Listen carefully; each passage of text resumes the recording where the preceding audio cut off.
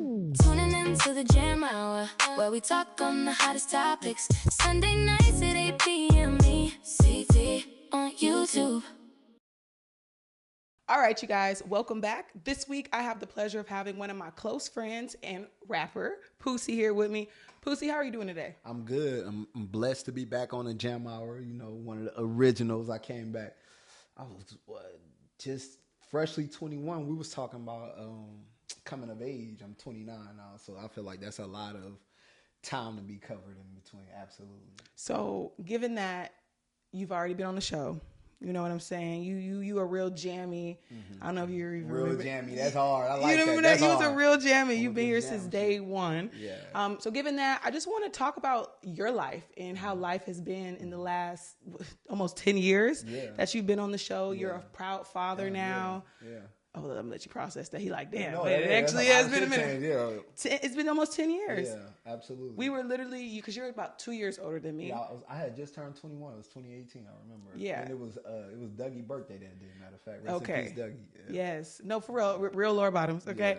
Yeah. But no, for me, I feel like 10 years has changed. Yeah. I feel like you have something really to show for within the past 10 years. We all do. Yeah. But I really want to acknowledge you brought life into this world. Two of them. You brought two lives into this world. And so, I mean, everybody don't like talking about their kids and stuff like that. But how has that, let me finish. How has that shifted your perspective on coming to age? Because at 21, you were coming to age just as an adult. Mm-hmm. But now you've had to come into age into also being a father as well.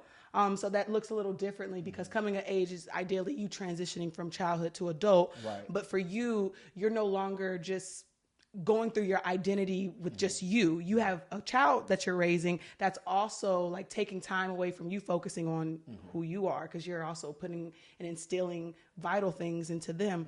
So how has that impacted you?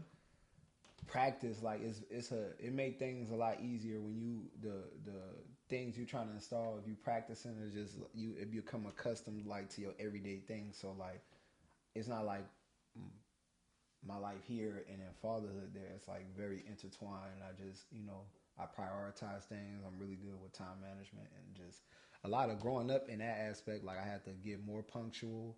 I had to be distributing my time more intentional.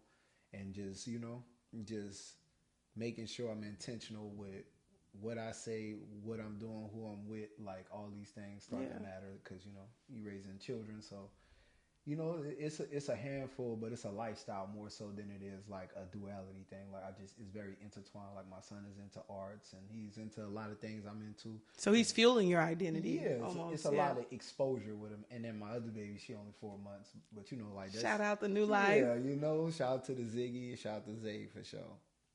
Okay. So last time we spoke, we were pretty much children. And so we did mention, we talked on coming to age, but I also want to talk on whether or not you feel you're on the right track. Given our previous conversation, we were able to really reflect on what we thought our adulthood would look like. And now that you're maturated, deep into the 20s, I ain't going to give your age. Or I think you said it already.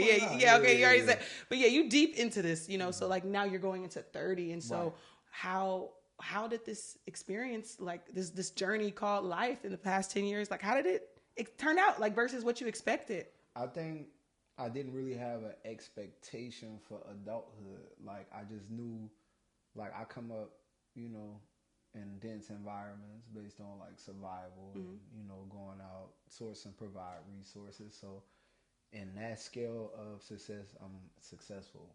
Like I've done damn near everything I set out to do as far as just creating some stability for myself, creating family, creating communities, being a part of communities, being an active family member, being a great friend, just showing up in that aspect. Like those were things I set out to do while young. It I don't know, it just felt like a privilege to get up every day and I still got fire in my heart and I still got vision and I still got like things I'm looking forward to. So I feel like I'm doing amazing, but like I'm saying that right now, but like in the heat of the moment of things, I'm like, damn, I could be doing more. But realistically, I'm really doing well in life. Like I'm doing pretty well. I can't complain. I can want more, but like my needs are met. Like my kids are well, my girlfriend's good. my mom's straight. Like we in our function, and we got a solid foundation to build more on. So, you know, I'm thankful. Okay, For sure. I feel that. I'm just happy to be here for sure. I'm happy This to have really you back. This is a nice space too. The Jam Hour, y'all. It'll be a privilege for you to get up here. I ain't gonna lie. It's disclosed location. I can't tell you that. Period. Period. It's the Underground Railroad around It's this different. You got to be invite only. Invite only, family only. Okay. The jammies. And the real jammies. If you know, you know. Mm-hmm. Okay, so I want to, if y'all haven't already, this is like a moment of silence. If you haven't already seen the past episode between us, you got to go back and watch it. Because we talked on some things. So in order to really fully understand this, I feel like you got to like go back and like, reference, if you will. But saying that all to say is, are you ready for a national disaster? I lived through a national disaster. I know. I asked you this last time. Yeah. Do you think that versus our last conversation, do you think your thoughts have changed? Are you still going to bring the same thing? Is it giving an iPhone charger and just that? Because now you got kids. I need maps. Now you got kids. I need canned goods. We wasn't thinking like that. Yeah, exactly. We wasn't thinking about the kiddos. Warmth. Things. We need community to move around with too for your safety. Like that'd be very easy. Y'all need to lock in. We left community out last time, y'all. We just said iPhone charger. Young boy. We was really young. Y'all got to go back and watch that for episode. Sure. You just worried about yourself at that age. We were really just worried about ourselves. What a privilege though. That's one thing, you know, I love my babies, but that's for the people without kids, you should really utilize that. Like I guess there'll be like autonomy, like being able to just move at your own leisure and things like that. Shout out to Lexo. She put me onto that word. Like I was understanding the experience, but she was just giving it language. So yeah. So you're saying that within parenting, you realize that there is no more leisure time for it's yourself? It's leisure time. I'm saying like say right now, if I was with my children, I would have to get them ready first, get myself together, pack their bags, and you know make sure they prepare, and then that's like little things you don't think about as far as just like. I can't even say like leisure, just any type of movement. Like we would be going to the store. I got to make sure they straight. Yeah, they straight. Yeah. Before you even get out the car. Before I do anything. Yeah. Wow. I haven't talked to you like, you know, every day, like in years. So to see how much your psychology has changed. Yeah. You know exposing things to me right now. Like I don't think about this. Like you are always in survival mode. Not only are you in survival mode for yourself, but you're in survival mode for your children. Yeah, you living, you planning, you know, just that's a mentality like beyond your actual situation. It's just like this is my foundation. Like I really come from these environments. Like I'm really of the environment. So it's like as I grow, I'll learn, you know, more like down shouldered and things like that, and just being more at ease. But like, just I've been prepared for a lot of just emergencies and shit like that my whole life. So like, we talked. No trigger warnings. Okay, I should have preferenced that. You're a dad now. I'm just thinking like, you know, have your thoughts changed on like, oh my gosh, like if something were to occur again, like how your mom was thinking about you. Like these are things that I gotta have in order. Right. Yeah. Yeah. Right. Yeah. What's crazy is one of the earthquakes happened recently. I got up and I had like my baby in my arm, like immediately. I got up out my sleep, like letting it shake, saying what's going on. It's like that shit's just instinctive. Like you know what I'm saying? Yeah, it's instinctive. I'm excited. I can't wait to become a parent so I can call you and be you're gonna enjoy it though. I think so too. You're gonna enjoy motherhood. Like parenthood is beautiful for sure. And I know you and I talked a little bit briefly, but do you love being able to, because I'm going to get into the music in just a little bit, but I want to know, like, you know, when you just need a break from everything, like, how is it being able to have your own family to just go to? I be rushing home from work every day for real. I love being at home with my people. Like, I love my family. He said my people. Them your people. My people. That's my tribe. Them your people, your tribe. Yeah, that's my everyday folks. You know, of course, I love my family, like, outside of the family I created, but I love what we've created at home, so thankful. I love that. Yeah. Okay, so earlier this year, you released an album, Love Me Better. Oh, yeah, I fuck with Love Me Better. I do, too. Yeah. You want to know what my favorite song is? Time's Up. Okay. Yeah. You figure. Time's Up is really good. I can listen to that all different points of the day. I appreciate that. That leads me to my next point. This album gave a little bit of everything. You kind of gave a little like take you down, lick you there, wrap your legs, flip you around. Like, and then you gave real life, I'm telling the story. You know what I'm saying? And it was very much like, time's up too. So I feel like you had different tempos and what led you to creating. I was on a mixtape run. So January I dropped a whole lot with Mobongo. Shout out to Mobongo. February I did Don't Shoot the Messenger, and then March I did Time's Up. So I just felt like, I did Love Me Better. Yeah. Love Me Better was more like a call. Like it's like you saying, fuck me is good, but if you love me, that's better. Okay. So I just ended with Love Me Better. That was the full title.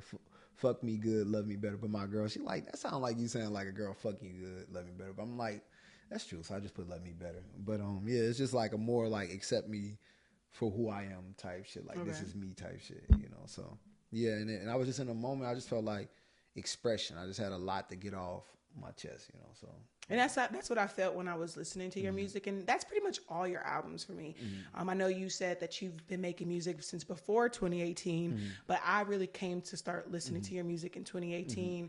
And so given that, like from the beginning, I feel like your music tells a story. Yeah. You tell a story. That's why when I heard this album, when he was getting a little nastier, I was like, it's like, what this brother got what going on? What is he going through? Okay. Yeah. But no, I was like, I felt it. I was like, okay, I like this. And so I'm curious, like over the years, what has called you to making this your sound?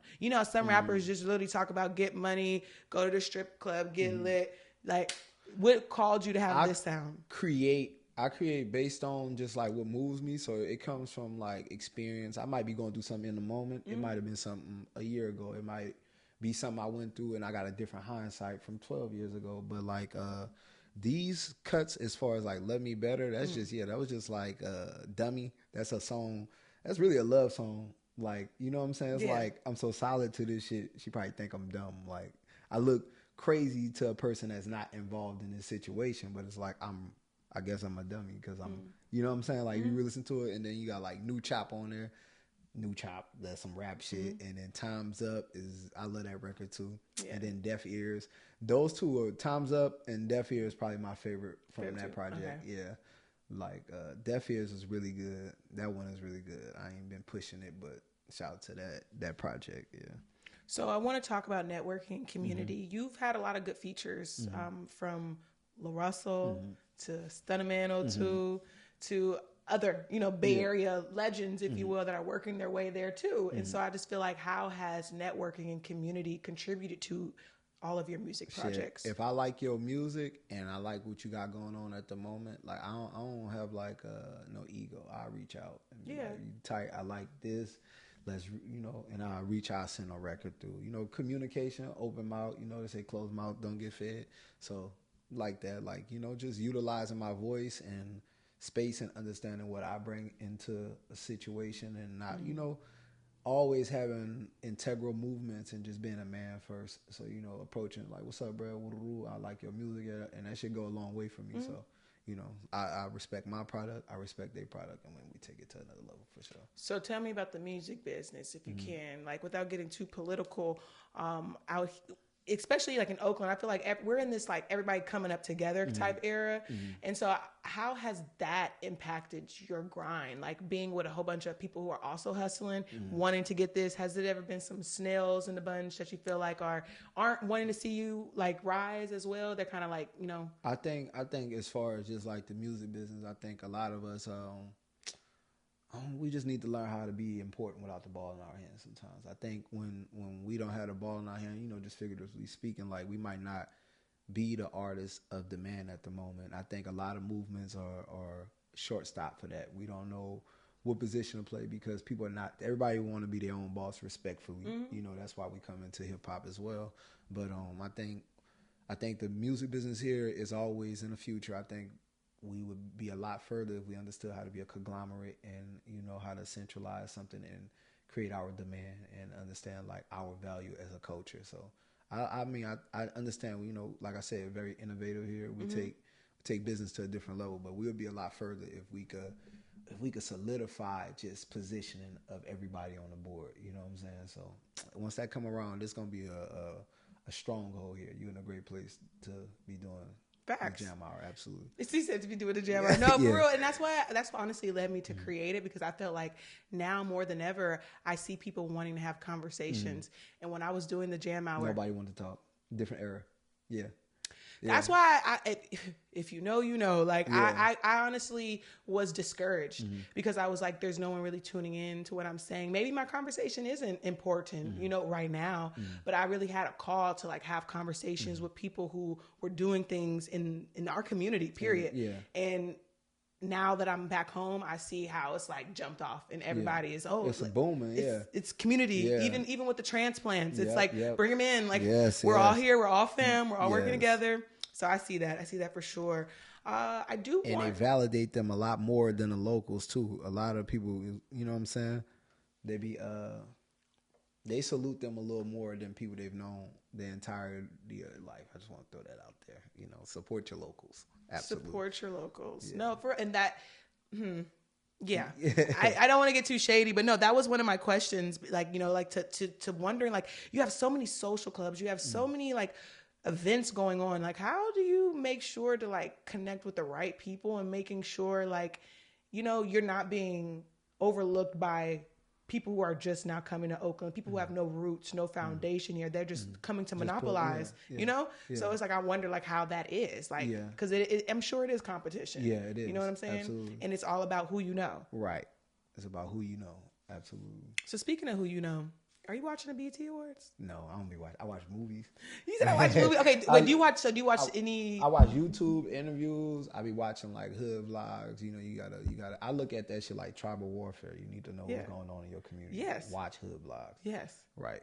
But I watch all type of shit. You'd be surprised at shit I be watching on YouTube. But You're gonna have to send me some links, because right now I'm a big TikTok scroller. I don't scroll on Instagram. I get on Instagram and I log off. Like that's my goal. Like I don't, if I start to get to looking at too many people's stories, I'm like, because I'm not a fake person. I'm somebody who, if I land on your story, I'm commenting. Right. I'm liking. if So there's something grabbing my attention, you know what I'm saying? And so I can't just be on here mindlessly just clicking and like, no. So that's why I interact with a lot of people that I follow with, is because I feel like if I'm going to be on here, I'm going to be on here doing something. Right. That's why I get off and go to TikTok and scroll and just, I be learning so much. Yeah. Can you tell me one new thing you learned this week?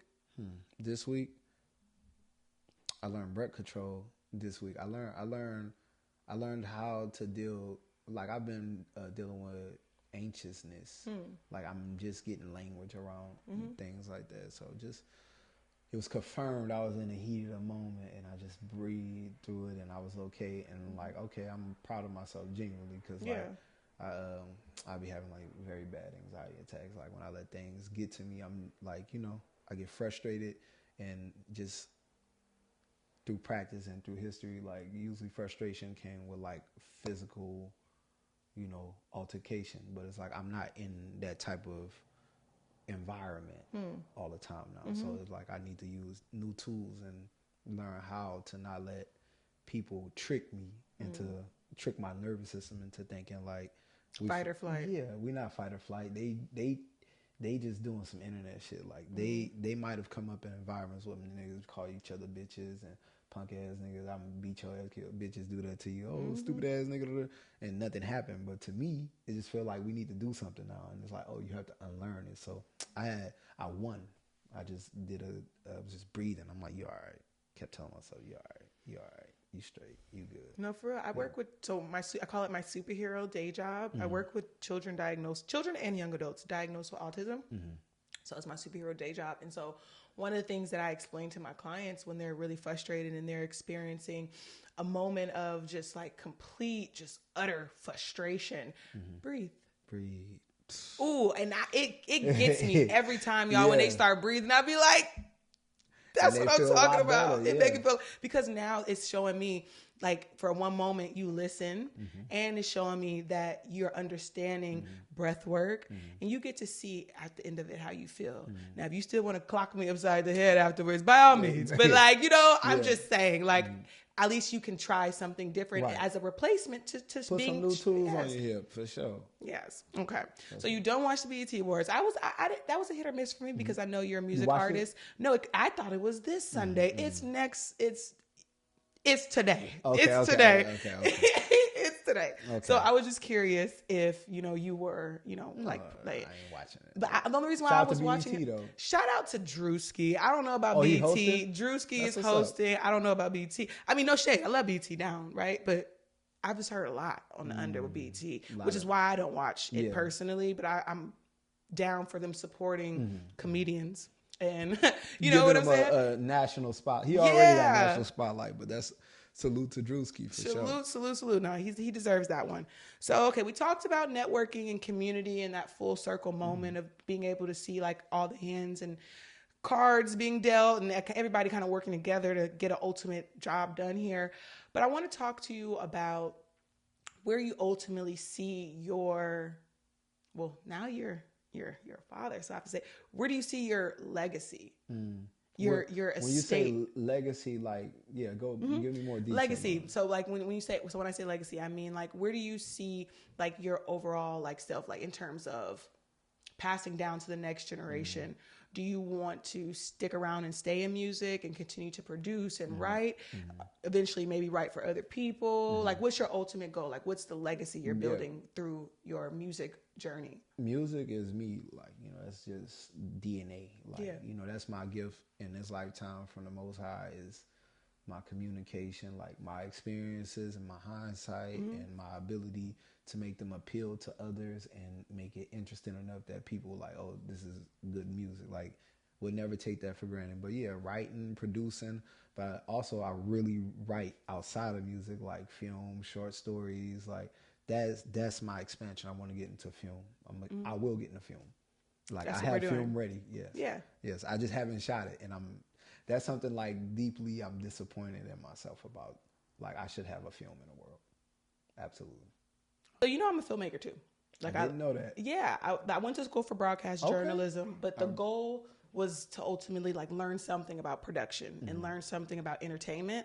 But I'm a filmmaker as well, and so whenever this is a side note, this is like this whenever is that you're community you're talking about. Thank you. Yes. Thank you. Yes. So whenever you're interested, like I like a side note, we could talk about that because I too feel like I should have another film in the world. I did a short film, which was actually about. You need to shoot that to me. No, I will. It's called Impact PSA. I'll make sure I'll tag it below this video.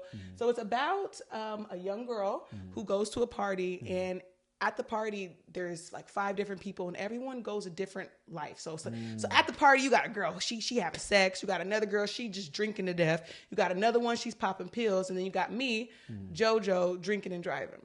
And so the message of the PSA was to encourage children and young adults to realize that the choices that you make today can definitely impact you tomorrow.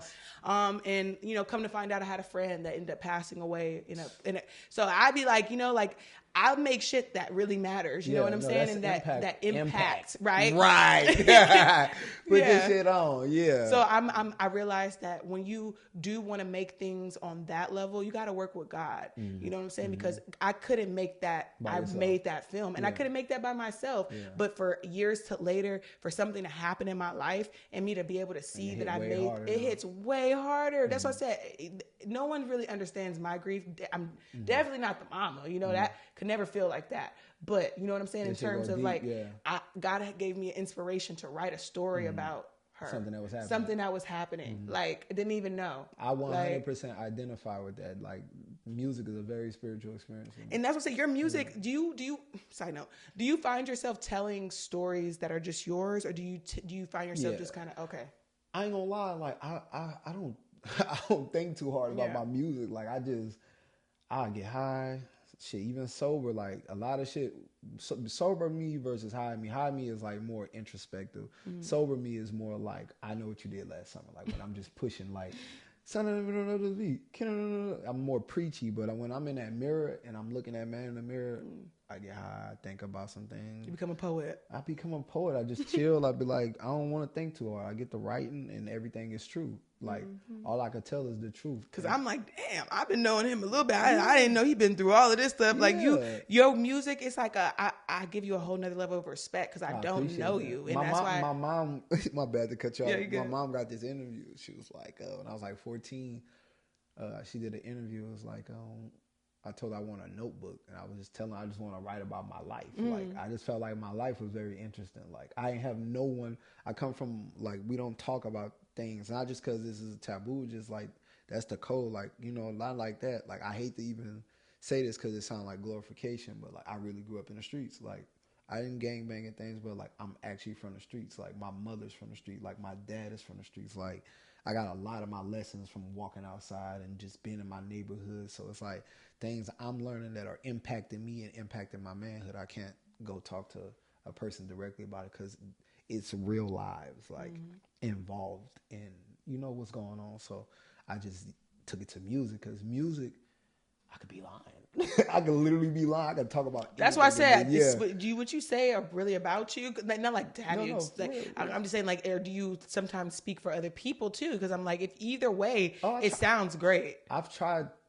That's something I want to improve on, like my storytelling for like others. Like, I feel like that would take it to another level. Like, I don't even attempt to storytell. Like, I'm not storytelling. It's not like I'm gonna put this story together. It just be like me spewing. That's what I call. I just tell the story. Like, I need to tell them. Like, it don't even matter the perspective. Like, there's either a person that was there that did it or witnessed it, and then that's up for the user to figure it out. You know? And I'm one of the listeners. I'm figuring out. I'm like, who is he talking about? Because I know him. Yeah. And I didn't expect you to be going through it like this, you know. Right. But no, like I have a different level of respect for you when I listen to your that. music. Like, from 2018 all the way until forever, like, I really support. It you grew know, with the person. it has grown, and that's why I said to see even your collaborations with the people you've worked with. Like, you've really made a name for yourself. Yeah, I've been and I realize everybody don't know you as, you know, what I know you by. And so when I be talking about you, they'd be like, who? I'd be like, Pussy. Right. Yeah. And they'd be like, oh, yeah, Pussy. Because I realize you've been through so many different phases. Yeah. So right now, you know, you in the Pussy era. Yeah. I'm transitioning to P. Dollar slowly. P. Dollars. Yeah. Okay. Yeah. Do you remember my nickname? J. Lee Murray. Okay. I have a couple. J. Lee Murray, the other one. What's the other one? J Money. J Money. See, I don't even remember that one. Let's call me that. That's some less shit. That's some less shit right there. I can't even say what I was finna say. Shout out to Stogie. Yo, look, you don't know the Stogie name. I see. I didn't even know T Money. I was like, what? Yeah, like what? Y'all was meant to link back up. No, for real. Yeah, like what? That was God's calling. That was when I seen that. I was like, now I feel hella Boosie going by J Money. I say J Money because it's like, if you know, you know. But you know, it's been a thing. Yeah, for sure. That was your dog, for sure. No, rest in peace, by TTV. Yeah, rest in peace to you. Okay, so really, I know you are a full-time dad. I'm so mad. We listen to my hair. What? Because we going just keep rolling. Okay, all right. We got some good time, but I don't want to take too much more time away from you. I know I'm enjoying it. You're getting in the heat of it. Okay, cool. But no, I mean, listen. You got any questions for me? Okay. What was your experience like in LA? What made you go from college to LA? From college to LA. Yeah. I had no place to stay. Really, I had no place to go. And unfortunately, I was like faced with that. Either I'm going to face the music and go back home and just sleep on somebody's couch and figure out my life, or I'm going to be in Missouri homeless with a cat. No. With a cat. You and your cat. With no car. Yeah. Me and the cat got no car. How old were you when this took place? I graduated. So when I moved to LA twice when I was in college. So the first time I moved to LA in 2021. And so that was because I was already planning to move to LA. I graduated. I'm born in 98. So in 2021, I was like 22, turning 23. Yeah. And so I was fairly young. And so at that point, I was like, I don't want to stay in Missouri. I want to do something. So I was really eager about moving to LA. So I moved to LA. Some things happened when I was in LA. I had accidentally paid for a dorm room at the University of Missouri. No, you got to hear me. So I graduated. I got to give you some backstory. So I graduated. And so when I graduated, I still had 3 credits of classes left to finish. So they let you walk. And then they'll be like, okay, you got to finish your classes. So I walked in 2021. I still had like 3 credits left, which is like maybe 3, no, like 2 or 3 classes. And so, well, no, it was, okay, 3 credits. Okay, give or take. It was like 2, maybe like 2 classes. And so I moved to LA. I was like, I'm just going to finish my schooling online in LA. This is post-COVID. You know what I'm saying? That was the thing. Yeah. Right. So I was like, I'll just do this online. So what ended up happening was somehow I purchased a dorm room. Like, I'm technically supposed to be graduated from the school. How do you accidentally purchase a dorm? Like, I'm still like, my financial advisor, he's going to, or she, or they're going to have a good time working with me because I don't understand how I paid for that. But anyways, some things happened in LA. I was like, I got a place to go to in Missouri, and ended up moving back to Missouri. And I had a place. That school, they had like apartments as dorms. So I was staying in a nice high-rise apartment, like chilling for at least another 2 years. I failed those classes. I was going through so much mentally. Like, I had already graduated from college. I was still taking the classes. I was failing them. Nigga, you're still in school, but you already graduated. So just imagine, like, I'm like lost for words. So I finally eventually finished the class, and I was just living there. And it got to a point where it was like, are you going to sign a lease, or what are you going to do? Because it's like, you're done with school. So I'm like, the situation in LA, I could really go back out there. It's already died down. You know what I'm saying? So I ended up calling my grandma. And I went to go stay with my granny. Absolutely. And I stayed with my granny in LA for a little bit. And that was, what was your question? I said, what made you go from college to LA? Yeah, my granny. So being able to have a place to stay. Yeah, for your real. family, you got family from Los Angeles. Well, not from Los Angeles. I have family that moved there. Okay, from West Oakland. Yeah, but I grew up in LA my primary That's years. what you told me. That's why my journey in Oakland is so unique, you know, and so, yeah. Yeah, okay, I knew I wasn't tripping. I'm like, you got some LA ties. Yes. On Mama. Valley ties. I can't say just LA. Because, you know, and that's another thing. Like, see, out here, we say the Bay Area, right? Yeah, they say the Valley in LA. They don't, like, if you say, oh, I'm from LA, like, it's like, okay, East LA, like, you know what I'm saying? Big as shit down there, like, too. you know what I'm saying? And then you have the Valley, then you have Long Beach, then you have Compton. You know what I'm saying? So out here, what I don't like is that we just tend to be general and just be like the Bay Area. Whereas in LA, ain't no general. Where the fuck you from? Yeah, because they gangbang. I feel like I gangbang too then. Like, maybe that's why. Like, maybe that's why. Because I'd be like, people like the Bay Area. I'd be like, okay, but where? Like, where in the Bay? Like, really? Where specifically? That's some LA shit on Mama's. So, I hope that answers your question about LA, but you know, we got more time. Yeah, we got. You got daddy. You got to be a daddy.